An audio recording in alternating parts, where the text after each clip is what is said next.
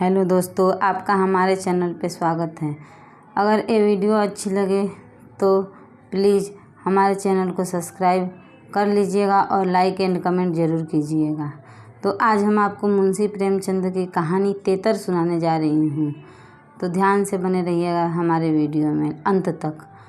आखिर वही हुआ जिसकी आशंका थी, जिसकी चिंता में घर के सभी लोग और विशेषतः प्रसूता पड़ी हुई थी। तीनों पुत्रों के पश्चात कन्या का जन्म हुआ।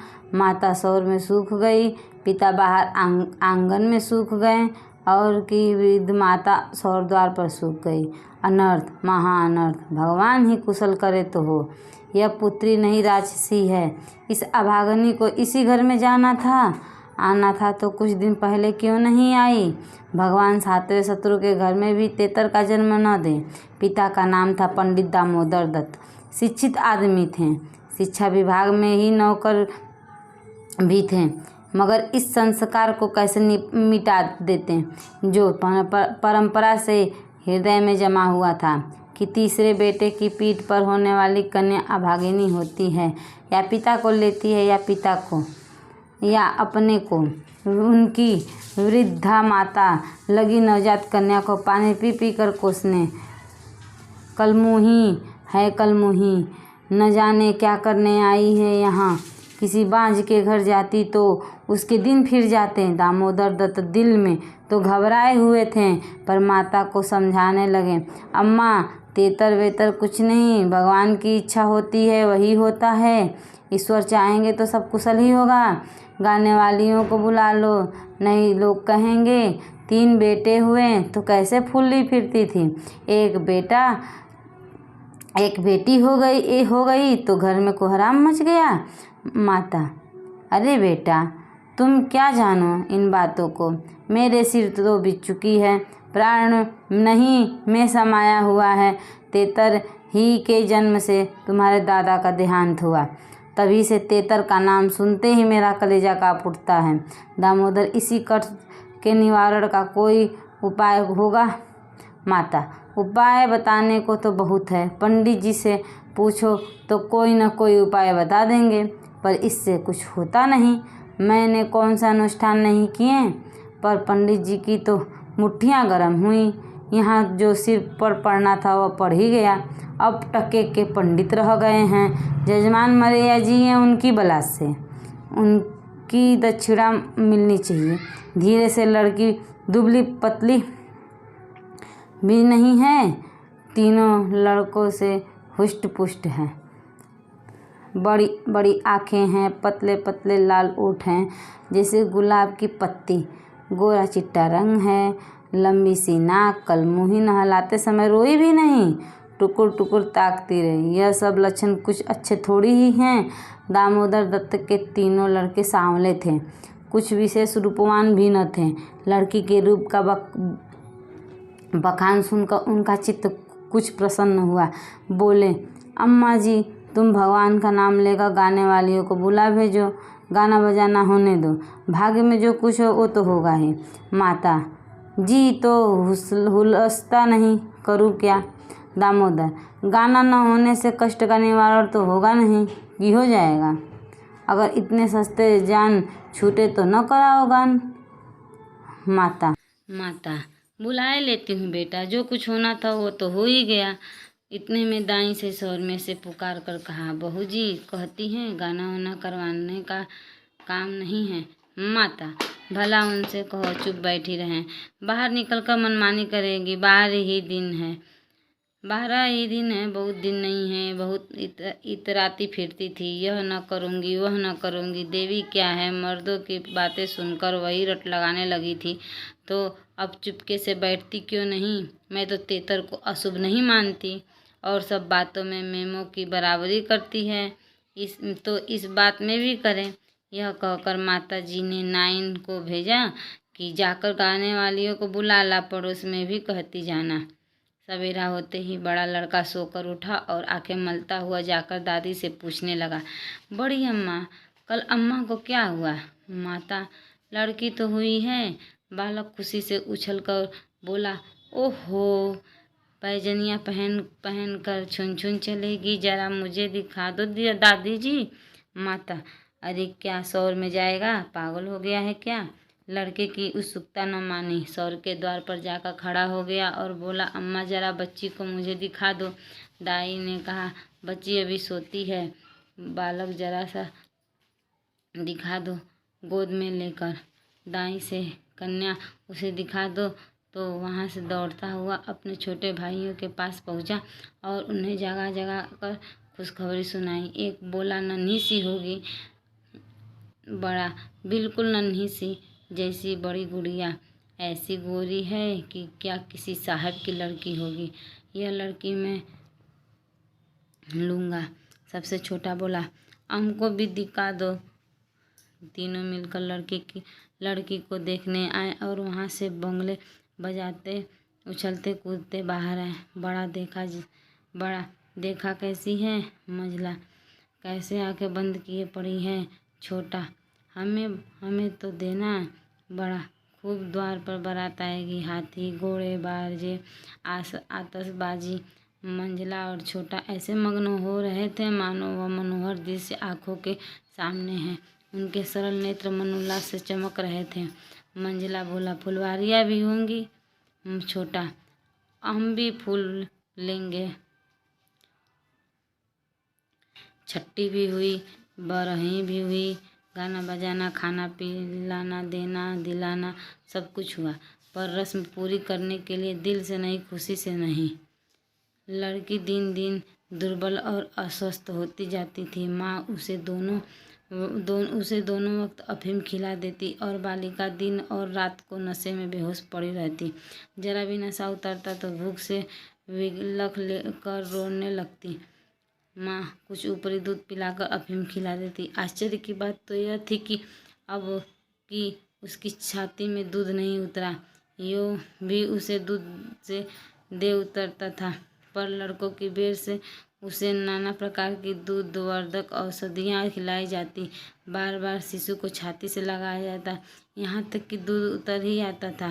पर अब की यह आयोजनाएँ न की गई। फूल सी बच्ची को मुलाती जाती थी। माँ तो कभी उसकी ओर ताकती भी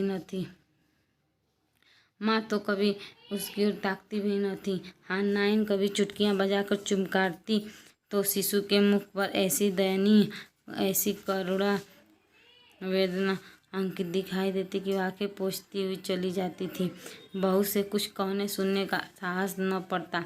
बड़ा लड़का सिद्धू बार बार कहता, अम्मा बच्ची को दो तो बाहर से खिला लाऊं, पर माँ ने उसे झिड़क देती थी। 3-4 महीने हो गए। दामोदर दत्त रात को पानी पीने उठे तो देखा बालिका जग रही है। सामने ताक पर मीठे तेल का दीपक जल रहा था। लड़की टकटकी बांधे उसी दीपक की ओर देखती रही और अपना अंगूठा चूसने में मग्न थी। चुभ चुभ की आवाज़ आ रही थी। उसका मुख मुरझाया हुआ था, पर वह न रोती थी न हाथ पैर फेंकती थी, बस अंगूठा पीने में ऐसी मग्न थी मानो उसमें से सुधा रस भरा हुआ है। वह माता के स्तनों की ओर मुँह भी नहीं फेरती थी, मानो उसका उन पर कोई अधिकार है नहीं, इसके लिए वहाँ कोई आशा नहीं। बाबू साहब को उस पर दया आ गई। इस बेचारी का मेरे घर जन्म लेने में क्या दोष है। मुझ पर या इसकी माता पर कुछ भी पड़े, इसमें इसका क्या अपराध है। हम कितनी निर्दयता कर रहे हैं कि कुछ कल्पित अनिष्ट के कारण इसका इतना तिरस्कार कर रहे हैं, मानो कि कुछ अमंगल भी हो भी जाए तो क्या उसके भय से इसके प्राण ले लिए जाएंगे। अगर अपराधी है तो मेरा प्रारब्ध है। इस नन्हे से बच्चे के प्रति हमारी कठोरता क्या ईश्वर को अच्छी लगती है। इन्होंने उसे गोद में उठा लिया और उसका मुख चूमने लगा। लड़की को कदाचित पहली बार सच्चे स्नेह का ज्ञान हुआ। वह हाथ पर उछालकर गू गू करने लगी और दीपक की ओर हाथ फैलाने लगी। उसे जीवन ज्योति सी मिल गई। प्रातःकाल दामोदर दत्त ने लड़की को गोद में उठा लिया और बाहर लाए। स्त्री ने बार बार कहा, उसे पड़े रहने दो, ऐसी कौन सी बड़ी सुंदर है, अभागिन रात दिन तो प्राण खाती रहती है, मर भी नहीं जाती कि जान छूट जाए। किंतु दामोदर दत्त ने न माना। उसे बाहर लाए और अपने बच्चों के साथ बैठकर खिलाने लगे। उनके मकान के सामने थोड़ी सी जमीन पड़ी हुई थी। पड़ोस के किसी आदमी की एक बकरी उसमें आकर चरा करती थी। इस समय भी वह चर रही थी। बाबू साहेब ने बड़े लड़के से कहा, सिद्धू जरा उस बकरी को पकड़ो तो इसे दूध पिलाएं, शायद भूखी है बेचारी। देखो तुम्हारी नन्ही सी बहन है ना, इसे रोज हवा में खिलाया करो। सिद्धू को दिल लगी हाथ आई। उसका छोटा भाई भी दौड़ा। दोनों ने घेर कर बकरी को पकड़ा और उसका कान पकड़े हुए सामने लाए। पिता ने शिशु का मुंह बकरी के थन में लगा दिया। लड़की चुबलाते हुए एक क्षण में दूध की धार उसके मुंह में जाने लगी, मानो टिमटिमाते दीपक में तेल पड़ जाए। लड़की का मुंह खिल उठा। आज शायद पहली बार उसकी क्षुधा तृप्त हुई थी। वह पिता की गोद में हुमक हुमक कर खेलने लगी। लड़कों ने भी उसे खूब नचाया कुदाया। उस दिन से सिद्धू को मनोरंजन का एक नया विषय मिल गया। बालकों को बच्चों से बहुत प्रेम होता है।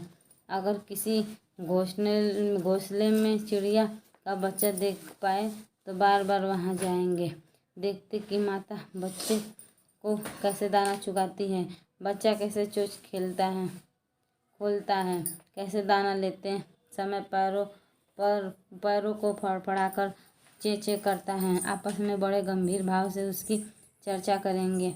वो अपने अन्य साथियों को ले जाकर उसे दिखाएंगे।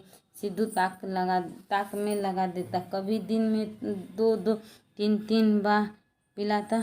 बकरी को भूसी चोकर खिलाकर ऐसा पर्चा लिया कि वह स्वयं चोकर के लोभ से चली आती थी और दूध देकर चली जाती थी। इस भांति कोई 1 महीना गुजर गया। लड़की हष्ट-पुष्ट हो गई, मुख पुष्प के समान विकसित हो गया, आंखें जग उठी। शिशुकाल की सरल आभा मन को हरने लगी। माता उसको देख देख कर चकित होती थी कि किसी ने कुछ कह तो न सकती थी, पर दिल में आशंका होती थी कि अब वो मरने की नहीं, हम ही लोगों की सिर खाएगी। कदाचित ईश्वर इसकी रक्षा कर रहे हैं, जभी तो दिन दिन निखरती आती है। नहीं अब तक ईश्वर के घर पहुंच गई होती। मगर दादी माता से कहीं ज्यादा चिंतित थी। उसे भ्रम होने लगा कि वह बच्चे को खूब दूध पिला रही है, सांप को पाल रही है, शिशु की ओर आँख उठाकर भी न देखती। यहाँ तक कि एक दिन कह बैठी, लड़की का बड़ा छोह करती हो। हाँ भाई, माँ हो कि नहीं, तुम न छोह करोगी तो कौन करेगा। अम्मा जी, ईश्वर जानते हैं जो मैं इसे दूध पिलाती हूँ। अरे तो मैं मना थोड़ी ही करती हूँ। मुझे क्या गरज पड़ी है कि मुफ्त में अपने ऊपर पाप लूँ। कुछ मेरे सिर हो तो जाएगी नहीं। अब आपको विश्वास ही न आए तो क्या करें। मुझे पागल समझती हो। वो हवा पी पी कर ऐसी हो रही है। भगवान जाने अम्मा, मुझे तो अचरज होता है। बहू ने बहुत निर्दोषिता जताई, किंतु वृद्धा सास को विश्वास न आया। उसने समझा वह मेरी शंका को निर्मूल समझती हैं, मानो मुझे इस बच्ची से कोई बैर है। उसके मन में यह भाव अंकुरित होने लगा कि इसे कुछ हो जाए जब तब यह समझे कि मैं झूठ नहीं कहती थी। वह जिन प्राणियों को अपने प्राणों से भी अधिक समझती थी, उन्हीं लोगों की अमंगल कामना करने लगी, केवल इसलिए कि मेरी शंकाएं सत्य हो जाएं। और वह तो नहीं चाहती थी कि कोई मर जाए, पर इतना अवश्य चाहती थी कि किसी के बहाने से मैं चेता दूं कि देखा, तुमने मेरा कहा न माना, यह उसी का फल है। उधर सास की ओर से ज्यों यह द्वेष भाव प्रकट होता था, बहू का कन्या के प्रति स्नेह बढ़ता था। ईश्वर से मनाती रहती थी कि किसी भांति 1 साल कुशल से कट जाता तो इनसे पूछती। कुछ लड़की का भोला भाला चेहरा, कुछ अपने पति का प्रेम वात्सल्य देखकर भी उसे प्रोत्साहन मिलता था। विचित्र दशा हो रही थी। न दिल खोलकर प्यार ही कर सकती थी, न संपूर्ण रीति से निर्दय होते ही बनता था, न हंसते बनता था, न रोते। इस भांति 2 महीने और गुजर गए और कोई अनिष्ट न हुआ। तब तो वृद्धा सासों के पेट में चूहे दौड़ने लगे। बहू को 2-4 दिन ज्वर भी नहीं जाता कि मेरी शंका की मर्यादा रह जाए। पुत्र भी किसी दिन पैर गाड़ी पर से नहीं गिर पड़ता, न बहू के मैके ही से किसी के स्वर्गवास की सुनाई आती। एक दिन दामोदर दत्त ने खुले तौर पर कह दिया कि अम्मा, यह सब ढकोसला है। 73 लड़कियां क्या दुनिया में होती ही नहीं, तो सबके सब माँ बाप मर ही जाते हैं। अंत में उसने अपनी शंकाओं को यथार्थ सिद्ध करने की एक तरकीबी सोच निकाली। एक दिन दामोदर दत्त स्कूल से आए लड़कों तो देखा कि अम्मा जी खाट पर अचेत पड़ी हुई हैं। स्त्री अंगीठी में आग रखे उनकी छाती सेक रही है और कोठरी के द्वार और खिड़कियां बंद है। घबरा कर कहा, अम्मा जी क्या दशा है? स्त्री, दोपहर ही से कलेजे में एक सूल उठ रहा है, बेचारी बहुत तड़प रही हैं। दामोदर, मैं जाकर डॉक्टर साहब को बुला लाऊं न? देर करने से शायद रोग बढ़ जाए। अम्मा जी कैसी तबीयत है? माता ने आंखें खोली और कहराते हुए बोली, बेटा तुम आ गए, अब न बचूंगी। हाय भगवान, अब न बचूंगी। जैसे कोई कलेजे में बर्छी चुभा रहा हो। वैसी पीड़ा कभी न हुई थी, इतनी उम्र बीत गई, ऐसी पीड़ा कभी नहीं हुई। स्त्री, वह कलमुही छोकरी न जाने किस मनहूस घड़ी में पैदा हुई। सास बेटा सब भगवान करते हैं, यह बेचारी क्या जाने। देखो मैं मर जाऊं तो उसे कष्ट मत देना। अच्छा हुआ मेरे सिर आई, किसी के सिर तो जाती ही मेरे ही सिर सही। हाय भगवान, अब न बचूंगी। दामोदर, जाकर डॉक्टर को बुला लाऊं? अभी अम्मा लौट आता हूँ। माता जी को केवल अपनी बात की मर्यादा निभानी थी, रुपए न खर्च करवाने थे। बोली, नहीं बेटा, डॉक्टर के पास जाकर क्या करोगे? अरे वह कोई ईश्वर है, डॉक्टर के पास जाकर क्या करोगे? अरे वह कोई ईश्वर है, डॉक्टर अमृत पिला देगा, 10-20 वह भी ले जाएगा, डॉक्टर वैद्य से कुछ न होगा। बेटा तुम कपड़े उतारो, मेरे पास बैठकर भागवत पढ़ो। अब न बचूंगी, अब न बचूंगी। हाय राम। दामोदर, तेतर बुरी चीज़ है, मैं समझता था कि ढकोसला है। स्त्री, इसी से मैं उसे कभी नहीं लगाती थी। माता, बेटा बच्चों को आराम से रखना, भगवान तुम लोगों को सुखी रखे। अच्छा हुआ मेरे ही सिर गई, तुम लोगों के सामने मेरा परलोक हो जाएगा। कहीं किसी दूसरे के सिर जाती तो क्या होता। राम, भगवान ने मेरी विनती सुन ली। हाय हाय। दामोदर दत्त को निश्चय हो गया कि अब अम्मा न बचेगी। बड़ा दुख हुआ। उनके मन की बात होती तो वह माँ के बदले तेतर को न स्वीकार करते। जिस जननी ने जन्म दिया, नाना प्रकार के कष्ट झेलकर उनका पालन पोषण किया, अकाल वैद्य को प्राप्त होकर भी उनकी शिक्षा का प्रबंध किया, उनके सामने एक 2 मुही बच्ची का क्या मूल्य था, जिसके हाथ का एक गिलास पानी भी न वह नहीं जानते थे। शोकातुर हो कपड़े उतारे और माँ के सिरहाने बैठकर भागवत की कथा सुनाने लगे। रात को बहू भोजन बनाने चली तो सास ने बोली, अम्मा जी तुम्हारे लिए थोड़ा सा साबूदाना छोड़ दूँ? माता ने व्यंग करते हुए कहा, बेटी अन्य बिना न मारो, भला साबूदाना मुझसे खाया जाएगा? जाओ थोड़ी पूरियाँ छान लो, पड़े पड़े जो कुछ इच्छा होगी खा लूँगी, कचौरियाँ भी बना देना। मरती हूँ तो भोजन को तरस तरस कर क्यों मरूँ? थोड़ी मलाई भी मंगवा लेना, चौक की हो, फिर थोड़े खाने आऊँगी। बेटी थोड़े से केले मंगवा लेना, कलेजे के दर्द में केले खाने से आराम होता है। भोजन के समय पीड़ा शांत हो गई, लेकिन आधे घंटे बाद फिर जोर से होने लगी। आधी रात के समय कहीं जाकर उनकी आँख लगी। 1 सप्ताह तक उनकी यही दशा रही। दिन भर पड़ी कर रहा करती, बस भोजन के समय जरा वेदना कम हो जाती। दामोदर दत्त सिरहाने बैठे, पंखा चलते और मातृवियोग के आगत शोक से रोए। घर की महरी ने मोहल्ले भर में एक खबर फैला दी। पड़ोसिनें देखने आई तो सारा इल्जाम बालिका के सिर गया। एक ने कहा, यह तो कहो बड़ी कुशल हुई कि बुढ़िया के सिर गई, नहीं तो 73 माँ बाप 2 में से एक को लेकर तभी शांत होती। दैव न करें कि किसी के घर 73 का जन्म हो। दूसरी बोली, मेरे तो 73 का नाम सुनते ही रोए खड़े हो जाते हैं। भगवान बांझ रखे पर 73 का जन्म न दे। 1 सप्ताह के बाद वृद्धा का कष्ट निवारण हुआ। मरने में कोई कसर न थी। हुआ तो कहो पुरखाओं का पुण्य प्रताप था। ब्राह्मणों को गोदान दिया गया, दुर्गा पाठ हुआ, तब कहीं जाके संकट कटा। दोस्तों, अगर आपको ये वीडियो अच्छी लगी तो प्लीज़ हमारे चैनल को सब्सक्राइब ज़रूर कर लीजिएगा और ज़रूर कमेंट कीजिएगा।